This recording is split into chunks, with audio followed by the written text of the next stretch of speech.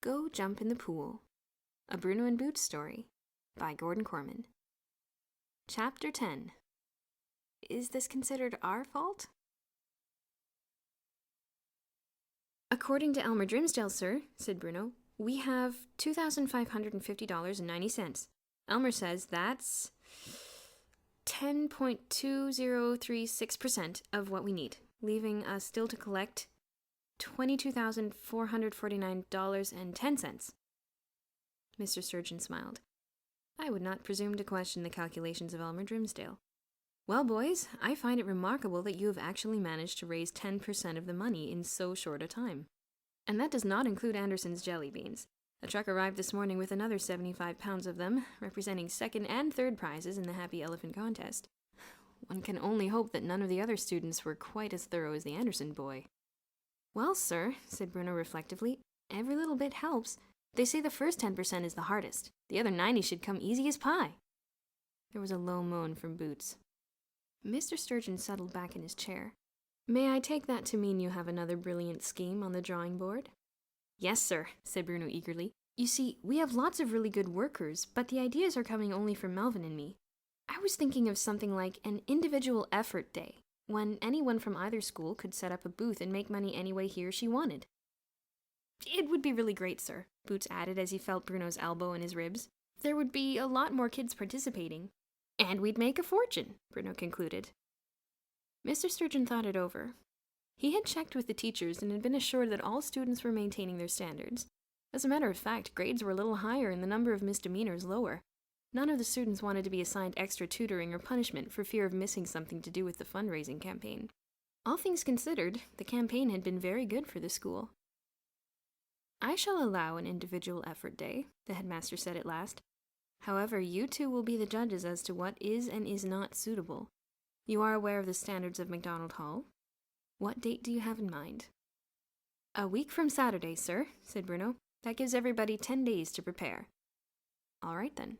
Good day. For the next 10 days, MacDonald Hall became the strangest place around. The boys hardly talked to each other for fear of accidentally giving away their plans to someone else. Posters advertising individual effort day were all over the hall and Miss Scrimmage's too. The wood shop vibrated to the sounds of hammers and saws building booths and mysterious contraptions. Out of Elmer Drimsdale's room came strange noises. A whole new lingo sprang up. Get out of my room and close the door behind you. Who took my monkey wrench? That's my history notes you just poured all that grease on. What the heck is Drimsdale doing? If you steal my idea, I'll hit you with this board. Turn up the radio so Kevin won't be able to hear what we're saying. It took me 5 days to build what you just sat on. Oh no, it's collapsed. Elmer, come on out of there. A great deal of spying took place, and a great deal of counter-espionage as well. Outside Sidney Rumpolsky's room, Pete Anderson was caught lurking in the bushes with a periscope. He got a crutch over the head for his efforts. When Mark Davies opened his closet door one night, there stood Perry Elbert with notepad, pencil, and guilty face. Wilbur Hackenschleimer received a nasty black eye while peering through the keyhole into Rob Adams' room. Rob threw open the door too suddenly for Wilbur to get out of the way. The only boy untroubled by the spying was Elmer Drimsdale. Before starting on his project, Elmer had effectively booby-trapped all entrances to his room, and everyone knew about it. Bruno, mostly out of curiosity, had tried to get inside and could attest to the fact that room 201 was a fortress. At the window he was sprayed with water and hopelessly tangled in a net. At the door he received a jarring electric shock. With the responsibility for law and order resting on their shoulders, Bruno and Boots were greatly relieved when the big day finally arrived. Mr. and Mrs. Sturgeon stepped out onto their front porch into the warm autumn sunshine. William, did you bring money? Yes, Mildred, her husband replied. I'm beginning to feel that I am personally supplying the pool fund. Must you always be so cranky about everything, she sighed. The boys and girls have worked so hard for all this. Let's enjoy it. The first booth they came to was operated by Mark Davies, who was doing a big business. A sign proclaimed, Your name in the headlines, 50 cents. Using the MacDonald Hall newspaper, Mark was printing custom headlines. As the headmaster watched, Chris walked away well pleased with his headline, which said, Christopher Talbot spends 10 days locked in meat freezer. Mrs. Sturgeon finally emerged from the line carrying a newspaper which read, William R. Sturgeon wins heavyweight championship. She was giggling. He knew right then and there that she was planning to spend money at every single booth so that no one would feel left out. They stopped to buy some cookies from Diane Grant, who was in charge of a baked goods booth. "Scrim cookies, no doubt," Mr. Sturgeon commented. "Why, how did you know, sir?" exclaimed Diane. "Lucky guess," smiled the headmaster. Next they came upon a display called Sponge Throw. Boots O'Neill was sitting on a chair with a bucket full of wet sponges in front of him. 6 yards away stood Bruno Walton behind a sheet of plywood. Bruno's head peeped through a hole in the wood. "Would you like to try, sir?" Boots asked. "For a nickel you can throw a sponge at Bruno." Mr. Sturgeon instantly produced a quarter. "I'll start with 5, he said, positively grinning. With a swift overhand motion, he threw 5 direct hits that left Bruno sputtering. "I played a little cricket at university," he explained with great satisfaction. "Wow," said Boots admiringly. "I'm glad it was Bruno's turn instead of mine." "Oh," said Mr. Sturgeon, "you are to have a turn too? In that case, I shall be back." As the headmaster stepped out of the way, Perry Elbert was next in line. Perry handed Boots a dollar bill. He did not ask for change. The headmaster and his wife went along stopping at every display. Mr. Sturgeon had his caricature done at Chris Talbot's booth and was a little shocked to see how cold and stern his eyes were. Mrs. Sturgeon bought a bouquet of paper flowers from some of Miss Scrimmage's girls. They each paid the dime entry fee and went in to view Mervyn Trimble's rock collection. They had just bought lemonade from 2 boys when they heard a familiar scream. Mr. Sturgeon nudged his wife. "It's Miss Scrimmage. She's in there." He pointed to a tent with a sign on it that announced, "Kathy's Chamber of Horrors." As they approached, Kathy Burton came out of the tent leading a hysterical Miss Scrimmage. "They weren't real snakes, Miss Scrimmage," the girl was saying. "And the great white shark was just an illusion. It's all right. Really it is. You're safe now." Eventually, Miss Scrimmage calmed down and joined the Sturgeons on their tour of the grounds. By far the most popular booth was Elmer Grimsdale's. The most carefully guarded secret of the whole affair turned out to be an enormous coin-operated pinball machine. "Oh, look, William! Isn't that marvelous?" exclaimed Mrs. Sturgeon. "You must play it." "I consider it gambling, Mildred," her husband replied primly. "I do not approve of any form of gambling." Mrs. Sturgeon slapped a dime into his hand and pushed him up to Elmer's wonderful machine. "Don't be a fuddy-duddy," she whispered. "Play." Mr. Sturgeon inserted the dime and the machine sprang to life. Bells rang, lights flashed, and the ball sped around the board. 20 minutes and many dimes later, Mrs. Sturgeon approached her husband. "William," she said in a low tone, "you are hogging the machine. There's a long lineup behind you." Mr. Sturgeon did not even turn around. "There is an art to pinball, Mildred," he said abstractedly as he operated the flippers. "It requires complete concentration. If you hadn't disturbed me, I would have won a free game." "Oh, come away from there," she exclaimed, dragging him off by the arm. "There's so much more to see." Miss Scrimmage paid 25 cents for a grab bag package, which turned out to be a complete set of bubblegum cards covering the 1976 World Series. She kindly assured the worried vendor that she was perfectly satisfied with her prize. "After all," she said, "I have been a Rocket Richard fan for years." Wilbur Hackenschleimer was doing very well as inventor and operator of the afternoon's only ride. This consisted of a padded barrel at the top of a small hill. The rider would climb into the barrel, and Wilbur would roll it down the hill into a pit of sand.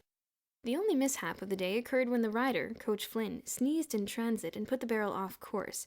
It missed the sand pit, rolled across the lawn, bounced over the ditch, hurtled across the highway where it narrowly missed collision with a sightseeing bus, and came to rest in Miss Scrimmage's chrysanthemum bed.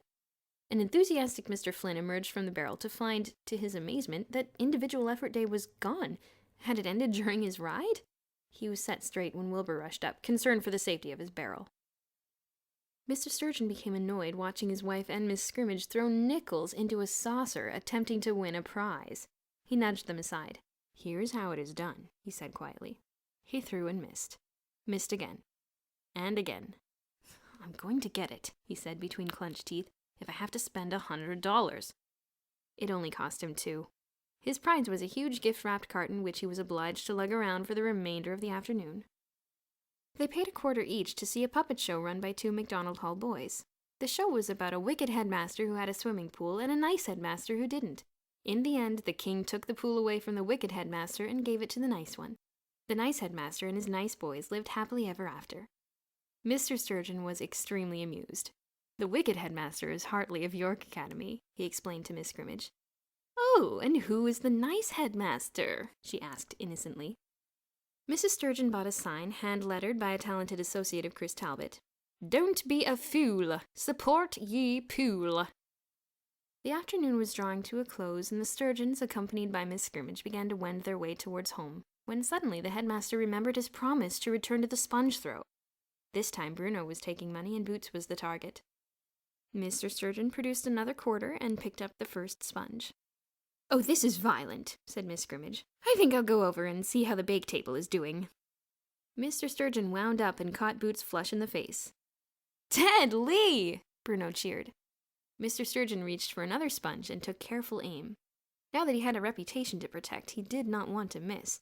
He brought his arm forward and let fly just as Miss Scrimmage wandered absent-mindedly into the line of fire. Splat! The sopping sponge hit her right on the side of the head. Bruno raced out with a towel and caught the teetering Miss Scrimmage. "Sir," called Boots anxiously, "is this considered our fault?"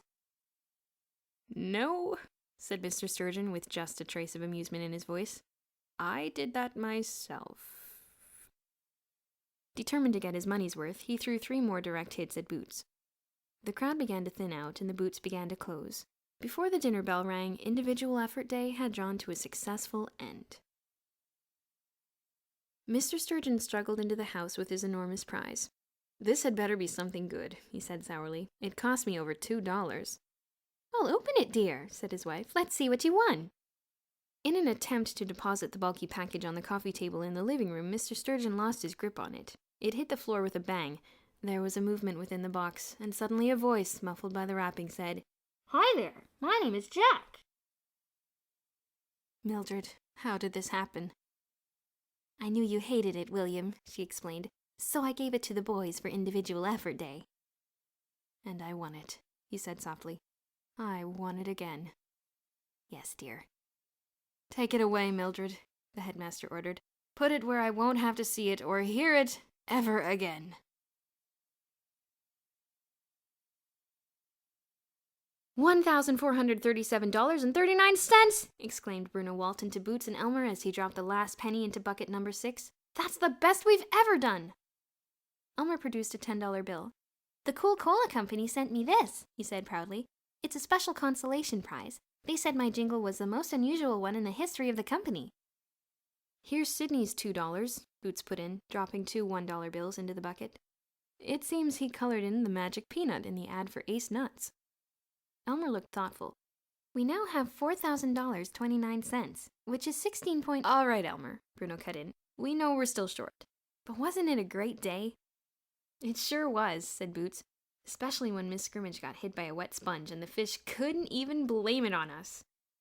"I wonder," mused Bruno, "if we couldn't start building our pool now. We could give the builder our $4,029 as a down payment and pay off the rest later." "Much later," said Boots. "About 200 years later." "Before a mortgage company would consider your application," said Elmer, "you would need to show a steady source of income. Presently you are too much of a risk." "Oh well, grab a couple of buckets, you guys," ordered Bruno, not in the least discouraged. "Let's get the money to the fish for banking." He grinned at Boots. "You've got a letter to write." "Oh no," moaned Boots. "Not another one."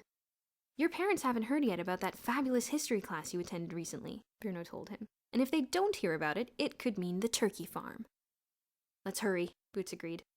There was a loud crash at the door. "They're here! They're here! They're here! I won!" someone cried.